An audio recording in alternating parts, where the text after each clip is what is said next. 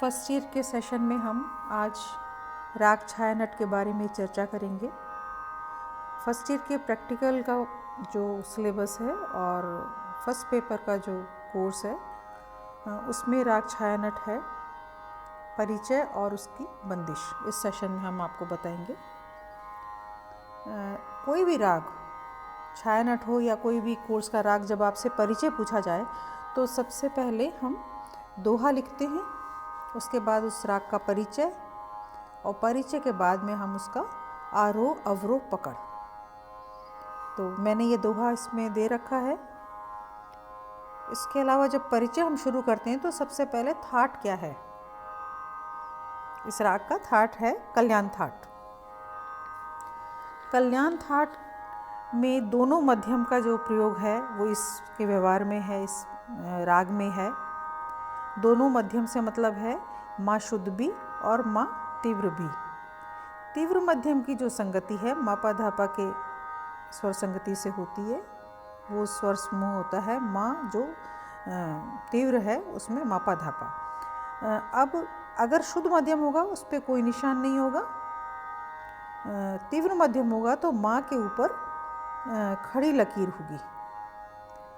इस राग का जो वादी स्वर है वो पंचम है यानी पा है और संवादी स्वर जो है वो है ऋषभ रे। किसी भी राग में जो वादी स्वर होता है बहुत इम्पॉर्टेंट होता है। उस स्वर को बार बार न्यास करते हैं, ठहराव करते हैं। तो छाया नट राग में पा पे बार बार ठहराव किया जाता है। इसके बाद संवादी स्वर जो है ऋषभ है, रे पर भी न्यास किया जाता है। इसका जो आरोह अवरोह पकड़ है उसमें सातों स्वर लगते हैं। किसी भी राग में जब सातों स्वर लगते हैं तो उसकी जाति संपूर्ण मानी जाती है। मैंने परिभाषाओं में आपको व्याख्यान में बताया भी है कि जब किसी भी राग में 7 स्वर लगते हैं तो संपूर्ण जाति, 6 स्वर लगते हैं तो षाडव जाति और 5 स्वर जब लगते हैं तो औडव जाति। तो इसमें सारे स्वर लगते हैं, इसलिए इसकी जाति संपूर्ण मानी जाती है। गायन समय इस राग का रात्रि का प्रथम पहर माना गया है। इस राग में पा और रे, पंचम और ऋषभ की जो स्वर संगति है बहुत ही खूबसूरत होती है। छाया नट राग में पा रे की जो संगति मीण से ली जाती है। ये संगति जो है मीण से लेते हैं कुशल गायक और बहुत ही मतलब अद्भुत माधुर्य उसमें भर देते हैं। इसमें निषाद शुद्ध लगता है, लेकिन विवादी स्वर के नाते कोमल निषाद का भी प्रयोग किया जाता है। गुणीजन अपने अभ्यास से विवादी स्वर का प्रयोग करते हैं और बहुत ही खूबसूरती से करते हैं ताकि राग की जो एक नेचर है, उसकी जो प्रकृति है, वो उसमें कोई बाधा ना आए। तो इसमें कोमल निषाद का जो प्रयोग किया गया है, गुणीजन जो करते हैं वो विवादी स्वर के नाते करते हैं, बहुत कम प्रयोग किया जाता है। अब हम आरोह अवरोह पकड़ पर आते हैं। किसी भी राग में शुरू करने से पहले बंदिश हमें आरोह अवरोह गाना होता है और नीचे से ऊपर जाने का जो क्रम है स्वरों का वो आरोह है, ऊपर से नीचे आने का जो क्रम है वो अवरोह है। इसके बाद में आती है पकड़। पकड़ का मतलब है ऐसी स्वर संगति जिससे हमें राग पहचान में आए। ये बातें मैं हर सेशन में बताती हूँ, कारण ये है कि आपको 3-4 बार आप हर बार ये बातें सुनेंगे तो आपको याद हो जाएगा और जो एक नंबर के क्वेश्चंस जो आपके आते हैं उसमें आपको बहुत इसमें सहायता मिलेगी। तो नीचे से ऊपर जाने का जो क्रम है वो है आरोह और ऊपर से नीचे आने का जो क्रम है वो है अवरोह और पकड़ यानी ऐसी स्वर संगति जिससे राग पहचाना जा सके। तो सबसे पहले हम कोई भी राग गाते हैं तो षड्ज सा लगाते हैं, एक स्केल बांधते हैं और उसके बाद में हम उसके आरोह अवरोह स्टार्ट करते हैं। तो मैं सबसे पहले सा लगाऊंगी, आप देखिए।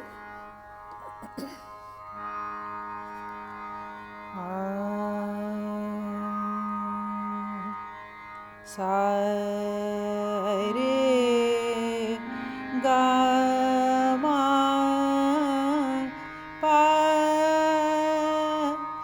इसमें जगह जगह कोमा लगा हुआ है, आप देख रहे होंगे। उस कोमा से मतलब है वहाँ हमें पॉज करना है, वो स्वर हमें गाना है, रुकना है वहाँ पे। सा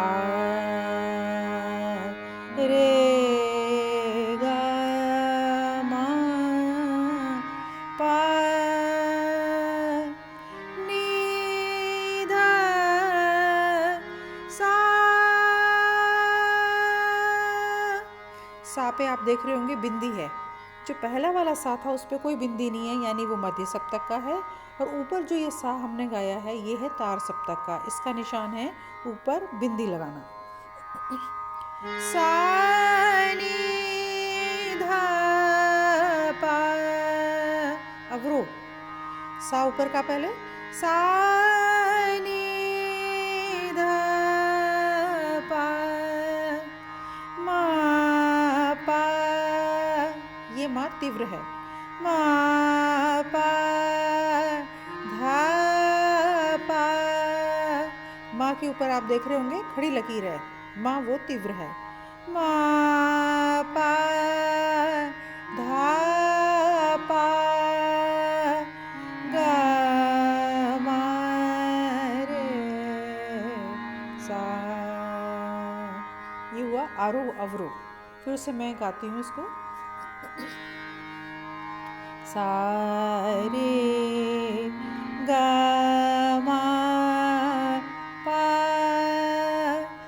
नी धा सा,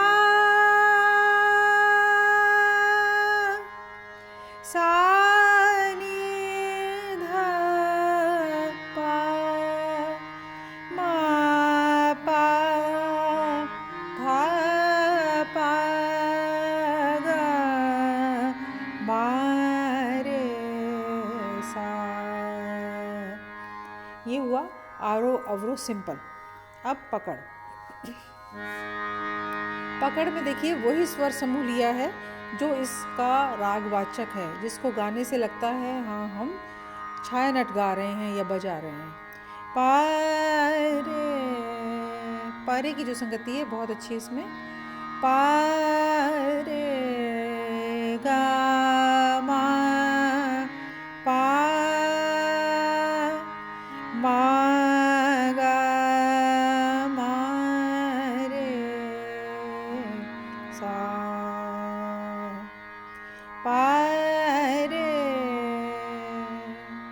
और हमने जो कामुद सीखी थी तब उसमें पकड़ क्या थी, रे रे पा, वो भी ये दो ही स्वर थे।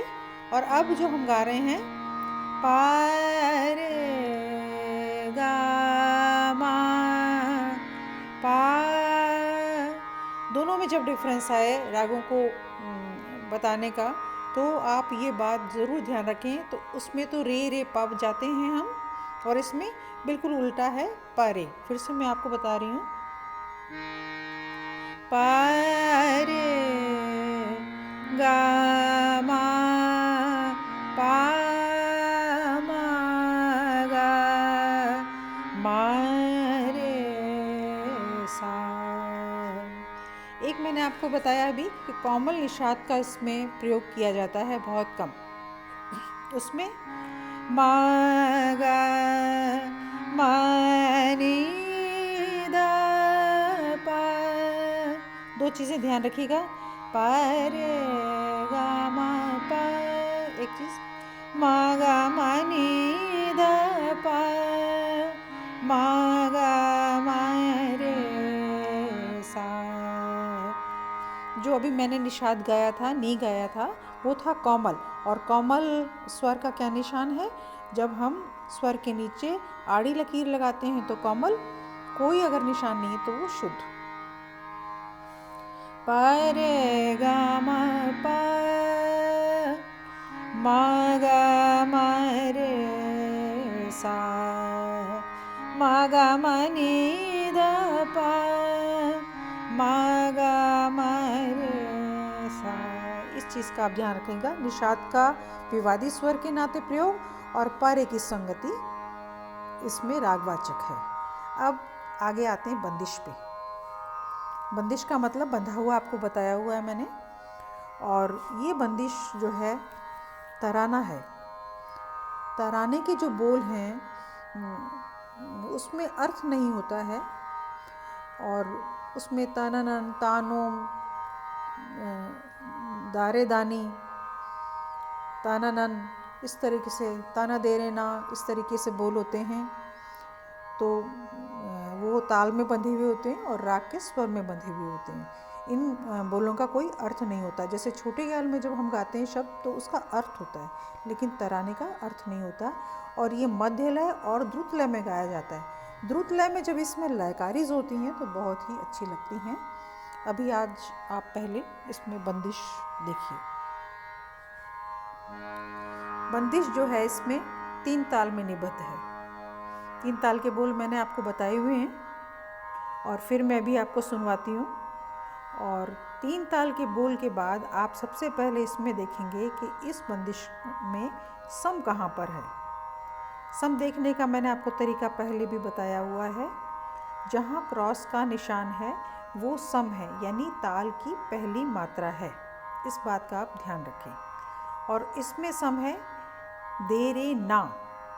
ना पे उसके नीचे क्रॉस का निशान है, आप देख रहे होंगे स्लाइड में। तो ना पर सम है। और इस ख्याल को कहाँ से स्टार्ट करेंगे, इसके लिए पहले आप ताल सुनिए, फिर मैं ये चीज़ बताऊंगी आपको। ताल है 3 ताल।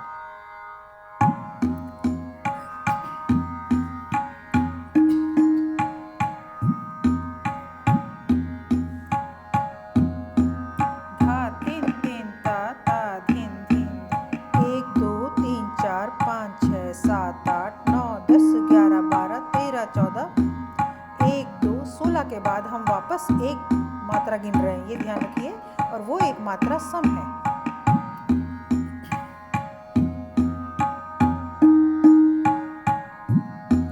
धा धिन धिन धा धा धिन धिन धा धा धिन धिन ता ता धिन धिन। 1 2 3 4 5 6 9 10 13 14 15 16 1। ये हुई ताल। ताल के बोल 16 मात्रा की ताल है। इसमें 4 विभाग हैं और 4-4 मात्राएं हर विभाग में आती हैं। अब इसका मुखड़ा क्या है? मुखड़े का मतलब है सम से पहले के जो बोल हैं वो मुखड़ा है। और वो है कितनी मात्रा का? आप देख रहे होंगे, वो है 8 मात्रा का। सम से पहले हमने मात्राएं गिनी, 8 मात्रा हैं। तो अब इस बंदिश को हम शुरू कैसे करेंगे, कहाँ से करेंगे? उसका तरीका है 16 मात्रा की ताल है और 8 मात्रा का मुखड़ा है। तो 16 में से आप 8 को घटा देंगे, बच्चे 8 को आप छोड़ देंगे और 9वीं से अपन इस बंदिश को शुरू करेंगे। तो सबसे पहले मैं आपको इन बोलों को अलग अलग बता देती हूँ। ताना ना ताना देरे नात दारे दानी। तन देरे नात दारे तद्रे दानी, ये हैं इसके स्थाई के बोल। फर्स्ट ईयर में जो नए बच्चे हैं उनको बता रही हूँ कि सबसे पहले हम स्थाई गाते हैं बंदिश में और फिर हम अंतरे पे आते हैं। तो अभी हम जो काम देख रहे हैं स्थाई का देख रहे हैं, उसमें सम ना पर है और खाली से वो शुरू की जा रही है। मुखड़ा जो है 8 मात्रा का है। खाली का जो निशान है ताल का वो है 0। आप देख रहे होंगे त के नीचे 0 का निशान है और वहाँ से हमारी बंदिश शुरू है। तो हम इसको तबले के साथ एक बार, पहले मैं अलग से एक बार आपको ये बोल बता दूं। इसमें भी आप एक चीज़ देखिए, कोमल निषाद से ये बंदिश शुरू हो रही है, जबकि ये विवादी स्वर है इस राग का।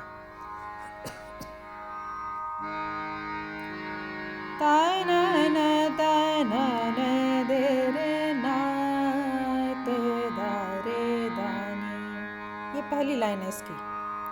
तानन तानन दे रे नात दारे दानी। दूसरी, ताना दे रे नात दारे तद्रे दानी। दूसरी लाइन फिर से, ताना दे रे नात दारे फिर पहली लाइन ता ना दे रे नात दा रे दानी। अब आपको बोल क्लियर हो गए होंगे, आप इनको बोलों को पहले याद कर लेंगे। हम अब इसको ताल के साथ गाने का प्रयास करते हैं। तान सुनो फिर से।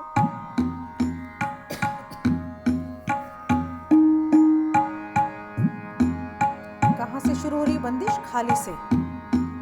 तो खाली पहले हम देखेंगे कहाँ आ रहा है। 5 6 7 8 9, यहाँ से हमें शुरू करना है।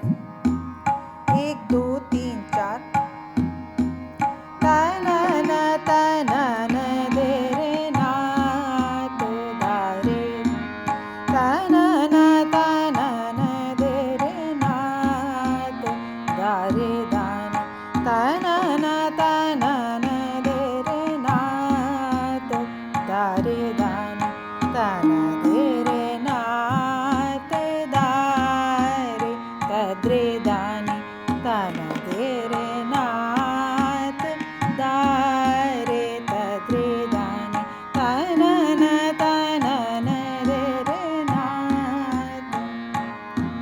ये हुआ स्थाई। अब हम अंतरा स्टार्ट करेंगे। अंतरा कहाँ से स्टार्ट हो रहा है? वही खाली से स्टार्ट हो रहा है जहाँ 0 का निशान है। उसके बोल पहले मैं आपको बताऊं और उसके बाद में हम ताल से लेंगे इसको। तारे तारे तदारे तदारे तद्रे दानी तारे तारे तदारे तदारे तद्रे दानी तोम तनन देर देर तकड़ाम तेरे किट तक धार। ये जो बोल हैं आपको याद करने पड़ेंगे। और हम इसको स्टार्ट कर रहे हैं स्थाई की पूरी लाइन गाने के बाद में वही नवी मात्रा से स्थाई शुरू है और वही नवी मात्रा से अंतरा स्टार्ट है। देखिए आपसे ताल के साथ में।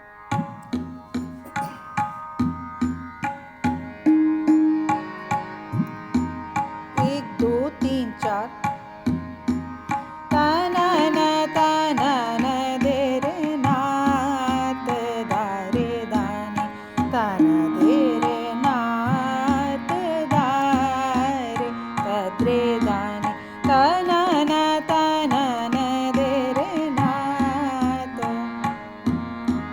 तारे तारे तदारे तदारे तद्रे दानी तारे तारे तदारे तदारे तद्रे दानी तोम तनन देर देर तकड़ाम तेरे किट तक धा तोम तनन देर देर तकड़ाम तेरे किट तक धा तनन दे रे नात दा रे तारे तारे तदारे तदारे तद्रे दानी तोम तनन देर देर तकड़ाम तेरे किट तक धा तनन दे रे नात दा रे।